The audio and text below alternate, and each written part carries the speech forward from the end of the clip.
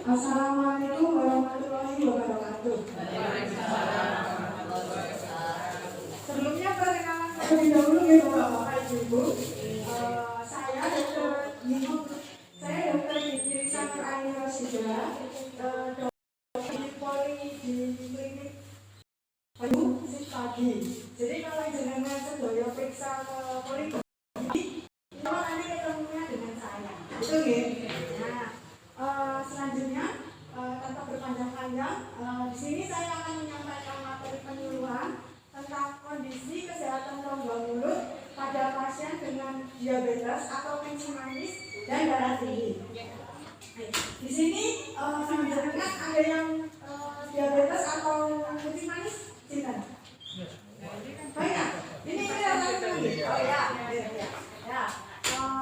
Berdasarkan data dari Kemenkes Bapak-bapak Ibu tahun 2024, 75% kematian di Indonesia itu disebabkan karena penyakit tidak menular.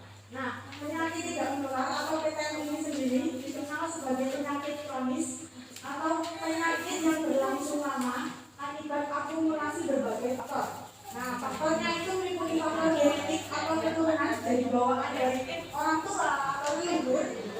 Faktor yang kedua itu ada faktor lingkungan, jadi lingkungan hidup, kebiasaan lingkungan hidup itu seperti apa. Kemudian faktor fisiologis itu kondisi tubuh masing-masing jenengan.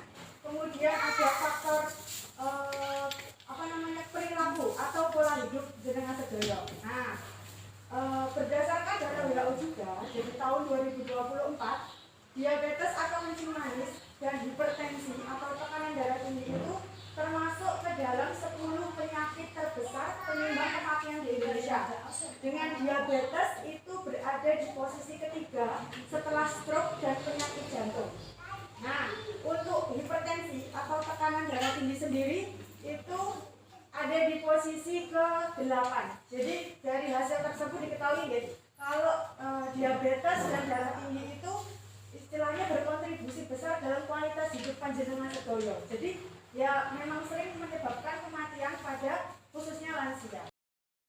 Nah, kesehatan karena diabetes atau kencing manis dan hipertensi sendiri dia itu ke dalam seluruh tubuh, tentu saja akan berefek pada kesehatan rongga mulut jenengan. Nah, rongga mulut ini itu tuh tidak terpisah dari kesehatan tubuh secara menyeluruhnya. Ketika rongga mulutnya jenengan itu istilahnya terdapat masalah dalam tubuh, nanti pasti bakal terlihat dari kondisi kesehatan rongga mulutnya. Nah, begitu pula sebaliknya. Ketika rongga mulutnya jenengan itu ada masalah, ada infeksi, ada peradangan, pasti lambat laun akan menyebabkan infeksi pada organ tubuh lain. Nanti dengar kalau ada gigi lumbung bisa menyebabkan penyakit jantung seperti itu. Nah, itu memang benar adanya. Begitu pula sebaliknya. Ketika pasien dalam tubuhnya tidak sehat, biasanya bisa menyebabkan rongga mulut jadi tidak sehat juga. Nah, di sini saya akan menjelaskan apa saja masalah yang dapat timbul pada penderita diabetes di kondisi rongga mulutnya. Nah, yang pertama adalah serostomia atau mulut kering. Nah, ini sebelumnya ya, diabetes itu kan kondisi di mana kadar gula dalam darah itu lebih normal akibat hormon insulin dalam tubuh itu tidak bekerja secara maksimal atau tidak bekerja efektif. Biasanya ditandai kalau jenengan periksa lab itu, ya biasanya ada periksa lab per bulan ya.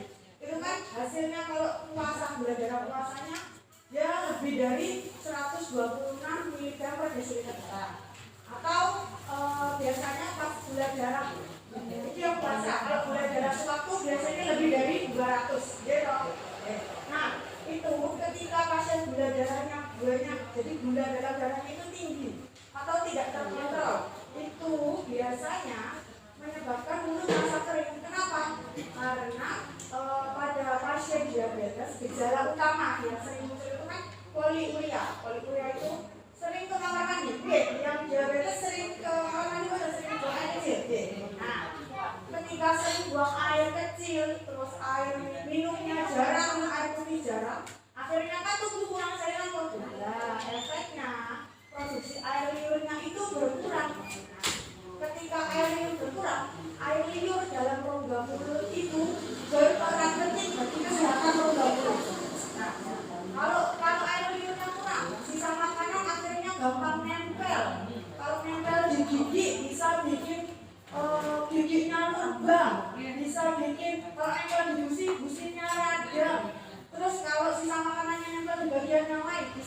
jamuran. Nah, makanya biasanya pada pasien diabetes itu disarankan banyak minum air putih biar tidak dehidrasi, biar produksi air liurnya tetap normal. Tuh. Selain itu, biasanya namanya gula banyak nih, kalau dalam darah gulanya banyak, berarti kan darahnya kental, otomatis produksi air liurnya pun juga jadi kental. Nah, namanya benda kental sama encer kan beda cara dia itu bakalan kalau kental lengket bisa nempel di gigi, makanya sisa makanan lebih gampang nempel. Tapi kalau encer dia bisa berfungsi sebagai self cleansing atau pembersih alami, jadi sisa makanan tidak gampang nempel, gitu ya. Nah, selanjutnya masalah yang kedua dari rongga mulut pada pasien diabetes atau kencing manis itu ada gigi lubang, seperti saya jelaskan tadi. Kalau ludahnya udah sedikit kan lagi, nah akhirnya sisa makanan kan gampang nempel ya, nempel di gigi. Nah, rongga mulut itu isinya sebenarnya dia banyak mikroorganisme Bapak Ibu. Jadi ada bakteri, ada jamur. Cuma kalau pada pasien normal jumlahnya normal, tapi ketika pasien diabetes itu beda, ada bakterinya lebih banyak. Jadi ketika sisa makanan yang contoh karbohidrat, nasi, roti, keripik, apapun yang bisa jadi gula, kalau sisa makanannya nempel di permukaan gigi terus ketemu bakterinya tadi, nanti jadinya asam rongga mulutnya. Jadi kan itu tidak terlalu asam, tapi sebenarnya di dalam rongga mulut itu terjadi perubahan proses asam. Akhirnya lama-lama giginya tergerus jadi lubang. Nah, kalau sudah lubang biasanya bikin sakit gitu. Jadi biasakan untuk pasien dengan diabetes itu setelah makan dikumpulkan. Nanti setelah 20 sampai 30 menit disikat. Jadi biar sisa makanan nggak nempel di gigi lama-lama. Kalau kelamaan nanti lama-lama bolong dengan kehilangan gigi kan rugi. Gitu ya. Nah, terus masalah yang kedua, biasanya pada pasien diabetes itu terjadi yang namanya gingivitis dan periodontitis. Gingivitis itu artinya peradangan pada gusi. Peradangan biasanya radang ini disebabkan bakteri. Cuma karena tadi pada pasien diabetes kan ludahnya berkurang ya, akhirnya sisa makanan nempel, terus bakterinya pembersihannya juga minimal. Nah, akhirnya gusinya radang. Biasanya ditandai gusinya kalau jenengan kaca itu jadinya merah-merah warnanya, ujungnya merah-merah, terus bengkak. Kalau disikat atau dipegang keluar darah, nah itu tandanya gingivitis. Nah, kalau gingivitis itu atau peradangan di gusi tidak ditangani, jadi di dalam gigi itu bapak-bapak ibu-ibu itu ada yang namanya tulang. Tulang itu yang bikin gigi kita bisa kencang gitu. Nah, ketika nanti kalau sudah gingivitis tidak ditangani, radang gusi kan bagian luar aja, tidak ditangani, lama-lama nanti radangnya sampai ke dalam, sampai ke bagian tulangnya. Nah, akhirnya lainnya dari gusi ke gigi nggak nempel, lama-lama tulangnya rusak, akhirnya berkurang. Biasanya pada pasien diabetes itu bakal terasa goyang giginya. Ada yang terasa goyang nggak giginya yang diabetes? Ya, nah kalau goyang dari ditangani secara cepat atau pembersihannya nggak maksimal, lama-lama giginya setelah goyang itu bisa copot. Jadi nggak usah kaget kalau tiba-tiba di pasien diabetes kalau rongga mulutnya jelek atau kondisi gula darahnya tidak teratur, biasanya tiba-tiba copot itu wajar. Cuma jangan dibiarkan. Jadi kalau sudah tahu goyang, sudah tahu kotor rongga mulutnya, ada karangnya, segera dibersihkan. Nah, biasanya kondisi peradangan ini tuh dipercepat karena adanya plak atau karang gigi. Makanya harus rutin periksa ke dokter gigi biar dibersihkan karang giginya sebelum semakin banyak. Gitu. Nah, kenapa kerusakannya lebih cepat pada pasien diabetes? Itu disebabkan karena kalau yang namanya diabetes itu pengaruh ke seluruh tubuh ya bapak-bapak ibu. Nah, akhirnya karena gula yang banyak di darah itu pengaruh ke sistem kekebalan tubuh. Harusnya di orang normal kalau ada bakterinya itu dilawan sama sistem imunnya, sistem kekebalan tubuhnya. Tapi di pasien diabetes, sistem kekebalan tubuhnya tidak berfungsi. Akhirnya bakterinya lebih kuat daripada kekebalan tubuhnya. Nah, akhirnya rusaknya lebih parah. Ditambah lagi pada pasien diabetes itu namanya gula banyak di dalam pembuluh darah, akhirnya suplai oksigen sama nutrisi itu berkurang ke bagian yang rusak, yang berfungsi buat memperbaiki. Ya, akhirnya antara kecepatan kerusakan sama kecepatan perbaikannya masih banyak yang masih cepat yang rusak. Akhirnya giginya cepat. Oh ya, gitu deh. Terus masalah selanjutnya itu ada burning mouth syndrome atau mulutnya tuh terasa kayak kebakar. Nah, itu biasanya terjadi nggak cuma di bagian rongga mulut Bapak Ibu. Biasanya kadang di jari, ujung-ujung jari, di bagian muka, jari tangan atau jari kaki. Nah, itu penyebabnya karena apa? Ada penumpukan gula di ujung-ujung sel syaraf. Makanya akhirnya terasa mati rasa. Ada kalau nggak pas jadi nyeri tajam rasanya. Nah, kalau seperti itu segera periksakan ke dokter. Berarti ada tanda-tanda memang gula darahnya nggak teratur, nggak terkontrol. Gitu deh. Nah, terus masalah yang selanjutnya itu ada berupa infeksi jamur. Nah, infeksi jamur itu tadi yang sudah saya jelaskan ya, karena rongga mulutnya kurang cairan liurnya, akhirnya pembersihannya sedikit. Nah, akhirnya sisa makanan nempel di lidah, di bagian-bagian yang lain. Sedangkan darah pada pasien dengan kadar gula darah tinggi itu liurnya itu kan banyak gulanya. Jamur itu suka sekali wilayah yang manis. Rongga mulut sejatinya rongga mulut kita itu juga ada jamurnya. Cuman kadarnya sedikit atau normal pada orang dengan tubuh sehat.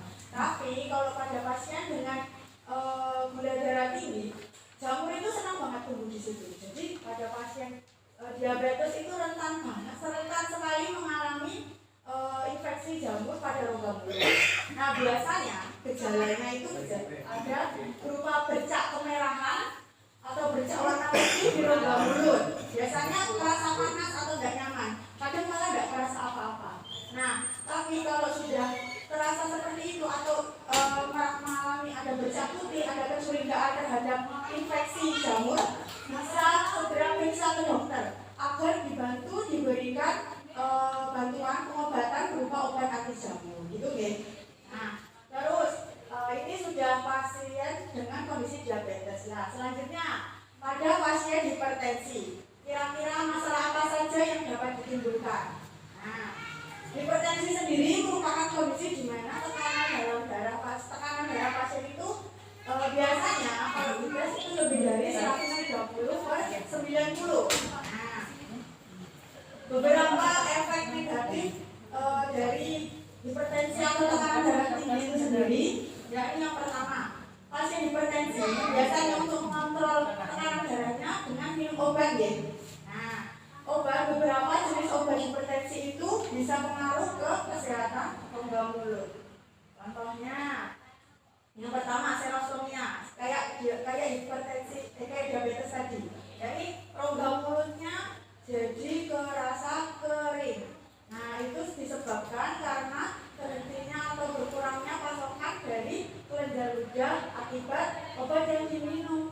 Tidak apa-apa, kalau mengalami seperti itu dibantu dengan minum air putih yang banyak, dibantu makan permen karet yang tanpa gula, resveratrol. Atau kalau memang sudah tidak nyaman, bisa diperiksakan ke dokter agar didiagnosis penyebabnya, lalu bisa diberikan terapi bantuan. Tadi, ketika terjadi mulut kering atau produksi air liur berkurang, pasti masalah yang timbul banyak. Gigi lubang, gusi radang, bahkan jamuran rongga mulutnya. Gitu oke. Jadi sangat pengaruh, nanti aktivitas harian pasti tidak nyaman. Jadi segera diperiksakan. Yang kedua, masalah yang bisa timbul dari enlargement gingiva atau pembesaran gusi. Itu pada obat-obat tertentu, pada individu tertentu, biasanya memang bisa memacu pertumbuhan dari kolagen. Jadi gusinya nanti gede-gede. Hidung gitu. Kalau dilihat kayak tomat. Biasanya rata Bapak Ibu. Nah, kalau seperti itu biasanya diperparah juga karang gigi. Jadi kalau sudah giginya besar-besar, memang perlu penggantian obat. Jadi obat anti hipertensinya harus diganti. Tapi nanti bila merasa seperti itu bisa segera diperiksakan ke dokter giginya. Nanti dibantu dibersihkan karang giginya. Nanti biasanya dibantu dirujuk ke dokter umum atau dokter penyakit dalam yang menangani untuk penggantian obatnya. Kemudian yang berupa peradangan atau pembekakan pada kelenjar ludah. Nah, rongga mulut kita ini bapak-bapak ibu-ibu, sejatinya kelenjar ludahnya atau penghasil air minum kita itu banyak sekali. Namanya ada kelenjar minor itu kelenjar yang kecil-kecil, itu banyak di rongga mulut. Makanya air ludah kita sebenarnya produksinya bisa banyak kalau dalam kondisi normal. Nah, ada satu lagi namanya kelenjar mayat atau kelenjar besar. Itu cuma ada di 3 tempat. Itu penghasil terbesar dari air liur kita. Itu ada kelenjar paralis, itu letaknya di bagian depan telinga sini. Nah, itu kalau Anda bisa merasa nyeri, kalau memang ada hipertensi dan minum obat dahulu. Atau yang satu lagi ada kelenjar submandibular, itu di bawah ini rahangnya jenengan seperti biasanya kanan kiri. Sama ada kelenjar sublingual, itu ada di bagian dalam di bawah juga biasanya. Biasanya kalau nyeri-nyeri bagian tersebut itu ada kecurigaan terjadinya peradangan pada kelenjar liurnya. Jadi segera diperiksakan biar diketahui penyebabnya, apakah karena obat atau bukan. Kalau memang karena obat, biar dibantu diganti pengobatannya atau dibantu diberikan obat peradangan sampingnya. Nah, selanjutnya efek dari tekanan darah tinggi terhadap perawatan gigi dan mulut. Perawatan gigi dan mulut itu tidak jarang ada pelukan. Biasanya kalau mau gigi ngapain bapak ibu? Cabut gigi, tambal, keluar. Nanti sekali gigi derek. Coba nanti main ke poli gigi cek aja. Gitu ya, nggak apa-apa. Datang ke poli gigi itu tidak usah nunggu sakit. Cek mawar. Jadi kalau ada masalah biar segera ketahuan. Gitu guys. Nah, di pasien dari hipertensi itu kan jadi tensinya biasanya lebih dari 130/90. Kalau tekanan darahnya tinggi, ketika dilakukan pencabutan namanya, itu kan ada perlukaan. Kalau ada luka otomatis keluar darahnya loh. Nah, kalau keluar darahnya, ketika tekanan darah pasien lagi tinggi, nanti darah itu susah berarti ngalir terus. Hasilnya ditakut kalau darahnya ngalir terus. Nah, kalau darahnya banyak yang ngalir, kan otomatis langsung tidak berhenti. Akhirnya lama-lama efeknya yaitu bisa bikin ketika darah ngalir terus, otomatis darah dalam tubuh itu sedikit lama-lama berkurang. Darah itu fungsinya sangat penting Bapak Ibu, terutama darah merah. Itu menghantarkan oksigen sama suplai nutrisi. Ya, efek terburuknya kalau sampai kurang darah, otomatis suplai oksigen sama nutrisi ke seluruh tubuhnya kan tidak nyampe. Apalagi kalau ke otak itu butuh sekali oksigen. Nah, kalau oksigennya kurang, efek terburuknya dari perdarahan tersebut bisa menyebabkan kematian. Makanya sebelum tindakan medis awal tidak cuma itu tekanan darah sama gulanya harus normal dulu. Karena dilakukan ya tadi komplikasi pasca perawatan itu yang berbahaya. Begitu ya. Jadi kalau periksa gigi nanti misalnya mau cabut tapi tekanan darahnya lebih tinggi, biasanya sama dokter tidak mau dikasih obat dulu. Itu kan jadi kebaikan sama-sama. Jadi biar tidak berbahaya. Gitu ya. Nah, selanjutnya tadi sudah saya jelaskan masalah-masalah yang bisa timbul dari diabetes atau hipertensi pada rongga mulut. Nah, selanjutnya ini saya akan menyampaikan tips-tips atau cara agar rongga mulut jenengan sedaya bisa tetap sehat walaupun ada riwayat diabetes dan hipertensi. Yang pertama, rutin kontrol ke dokter dan mengontrol kadar gula darah dan tekanan darah. Nah, itu caranya tadi, rutin kontrol ke dokter yang biasanya menangani siapa. Terus rutin cek, per bulan kan ada cek ECG, rutin diikutin. Jadi biar terpantau jenengan tekanan darahnya per bulan berapa. Terus kadar gula darahnya per bulan normal atau enggak, stabil atau enggak. Kalau naik turun itu enggak bagus, enggak sehat. Itu ya. Nah, terus yang kedua tadi, biasanya kalau sudah periksa ke dokter, nanti diberi, kalau memang didiagnosis punya kencing manis atau darah tinggi, biasanya diberikan obat. Nah, obat tersebut harus diminum secara rutin. Kalau nggak rutin, kalau nunggu cuma ada gejala, nanti malah tekanan darahnya naik turun, gulanya naik turun. Itu bisa bikin, walaupun mungkin tidak ada gejala, itu bisa bikin komplikasi lebih parah. Tidak cuma di rongga mulut, tapi di tubuh secara menyeluruh. Jadi harus diukur rutin ya. Ada gejala diminum rutin. Gitu. Habis periksa lagi.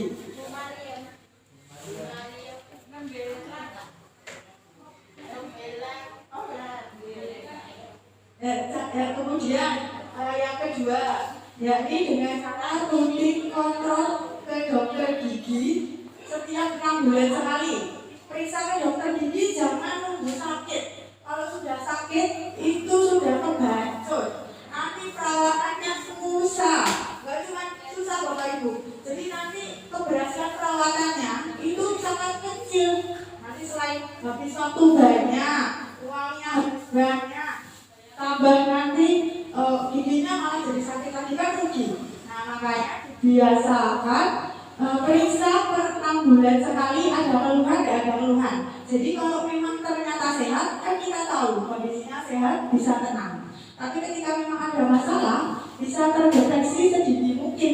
Jadi istilahnya penyakitnya belum kebacut, perawatan pun lebih, istilahnya jenengan ada habis waktu banyak dan keberhasilannya lebih tinggi. Begitu ya? Oke.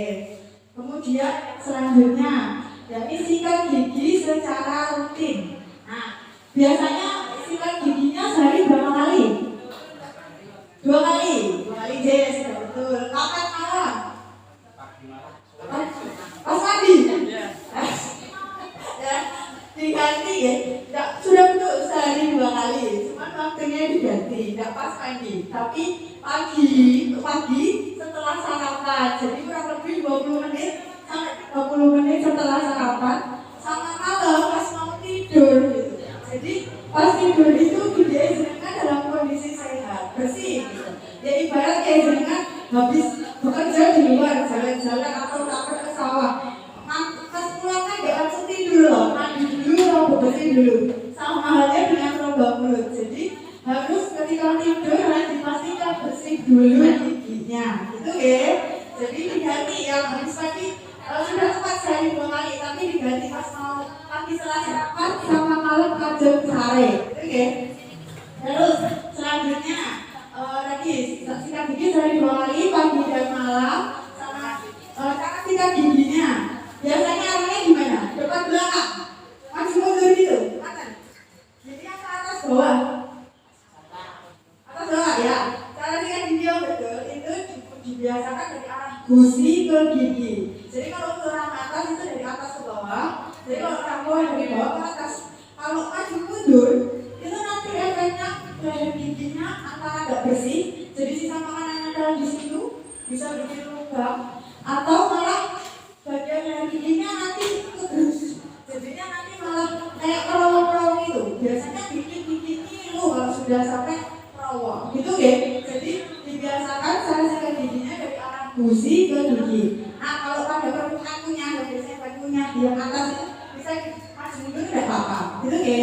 Nah terus sikat itu tidak cuma menyikat bagian giginya, lidah kan juga kena sisa makanan ya Bu Pak, ada yang kata itu. Nah kalau tidak disikat nanti sisa makanan juga bakalan nempel. Jadi sikat tidak cuma sebatas di permukaan giginya, tapi lidahnya juga disikat pelan-pelan aja, biar sisa makanan tidak nempel, biar tidak bikin infeksi jamur juga. Kalau ada sisa makanan yang itu kan juga bikin bau mulut soalnya. Gitu oke? Nah, terus selanjutnya, kalau sikat gigi pakai pasta gigi? Ya, pakai ya.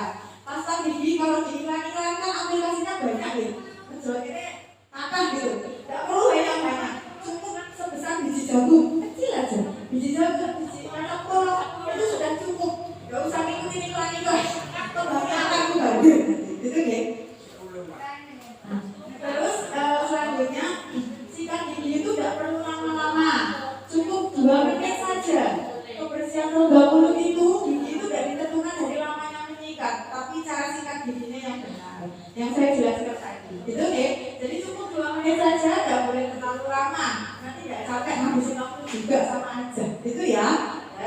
Oke, selanjutnya hindari rokok dan alkohol. Rokok dan alkohol seperti yang diketahui ya, itu tidak sehat.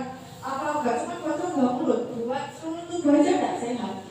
Baik bagi perokok ataupun bagi orang di sekitarnya yang hirup rokoknya. Itu deh. Nah, bagi perokok sendiri menghirup asap rokok itu kan panas. Tadi ya saya jelaskan hipertensi dan diabetes itu bisa menyebabkan air liur itu berkurang produksinya. Nah kalau ditambah panas kan produksinya semakin berkurang. Air udahnya nanti sedikit sekali, rongga mulutnya kotor sekali. Begitu ya.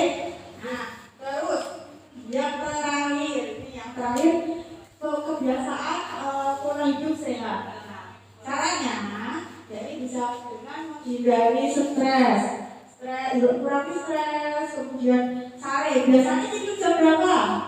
Bapak-bapak itu biasanya tidur jam berapa kalau malam? 9. Oh ya, betul.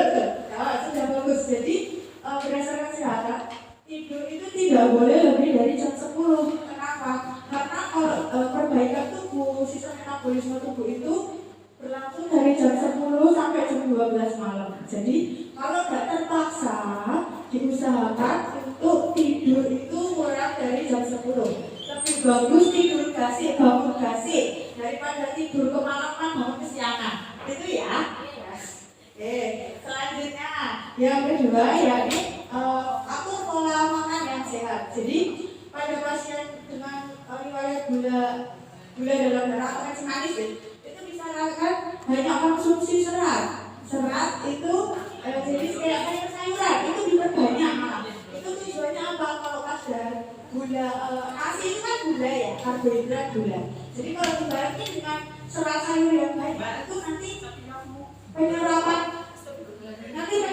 dari gula ke dalam tubuh itu bisa berlangsung pelan-pelan. Jadi sistem sistem imunnya, sistem hormonal atau insulinnya itu dia berfungsi secara maksimal, gitu ya. Jadi nggak langsung gula darahnya nggak langsung banyak dalam darah, jadi nggak langsung hiperglikemik, gitu ya. Nah, terus untuk pasien hipertensi atau tekanan darah tinggi disarankan dianjurkan atau dimaksimalkan sekali dikurangi konsumsi garamnya. Boleh, garam itu penting untuk tubuh, cuma kadarnya diatur dan cara penggunaannya atau cara masaknya itu yang benar. Insya Allah bermanfaat. Tapi kalau makanannya gorengan terus, ya kolesterol, terus banyak garamnya, biasanya bikin peningkatan tekanan darah. Kolesterol, kalau gorengan itu bisa menyebabkan penyempitan dari pembuluh darah bapak ibu. Jadi nanti lama-lama bisa tekanan darahnya makin naik. Itu ya. Jadi dikurangi lagi. Banyak makan serat, banyak minum air putih, terus kurangi yang bergaram-garaman ataupun gorengan. Terus yang selanjutnya, yakni olahraga rutin setiap harinya. Biasanya olahraga dah ini setiap harinya. Ya, apa bu biasanya bu? Jalan-jalan ya. Jalan-jalan deh.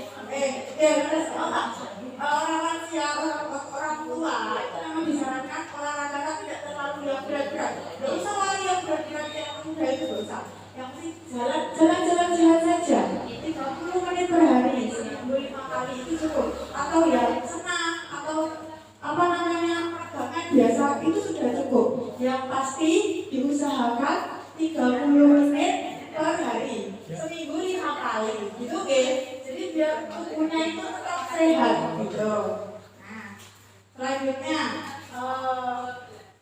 dari yang saya jelaskan ada pertanyaan ada sebelumnya? Ada.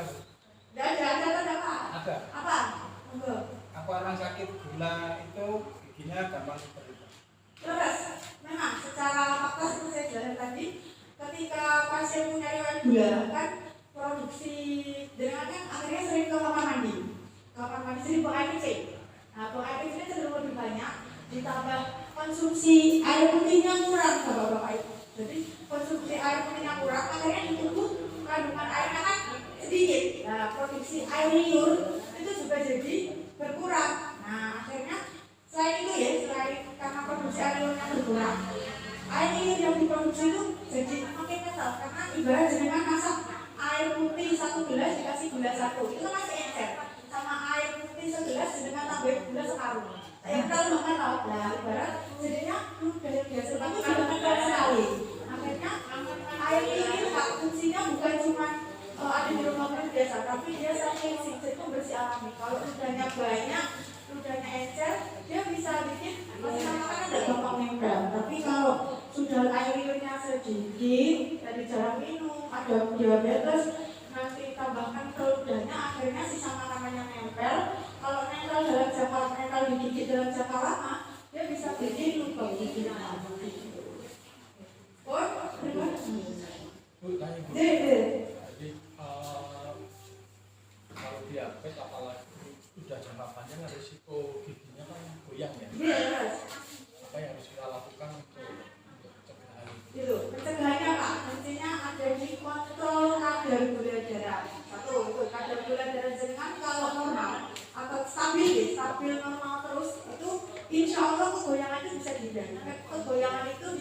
pertama satu radang.